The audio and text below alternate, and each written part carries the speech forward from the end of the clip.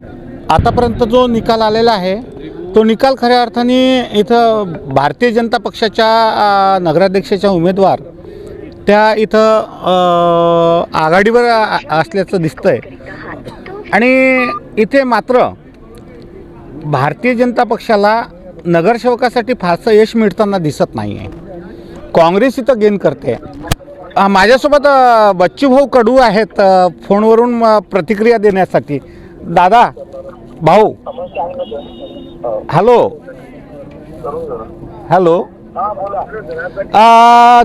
चांदूर बाजारची नगरपालिका आपण बडकावली दादा आणि अचलपूरमध्ये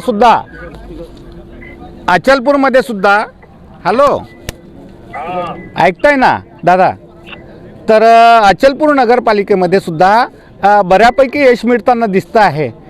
चांदूर बाजारचं नगराध्यक्षपद आपण बडकावलंय. काय प्रतिक्रिया द्याल दादा?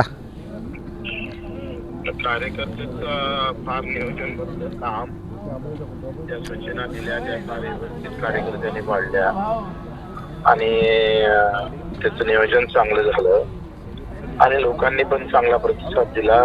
बऱ्याच विधानसभेत पडल्यापासून चांदूर बाजार शहरात थोडी कमी होती आणि सगळ्यांना ठरवलं यावेळेस पुन्हा बच्चू कडूंच्या ताब्यात मला वाटतं ही तिसऱ्यांदा हॅट्रिक आहे ते गेला होता. पण आता पुन्हा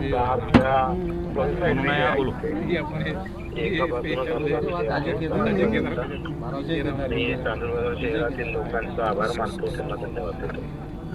दादा एक महत्त्वाचा प्रश्न असा होता की इथे जे अपक्ष उमेदवार आहे तुम्ही प्लॅनिंगनं इथं उभे केले होते आणि ते निवडून आणले, या बाबतीत काय?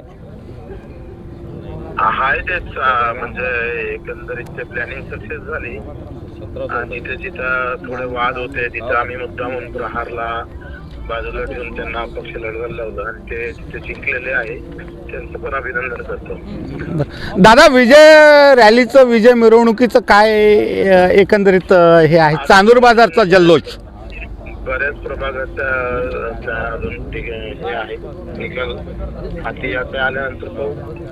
धन्यवाद दादा आमच्याशी बोलल्याबद्दल. तर हे होते माजी राज्यमंत्री बच्चू कडू.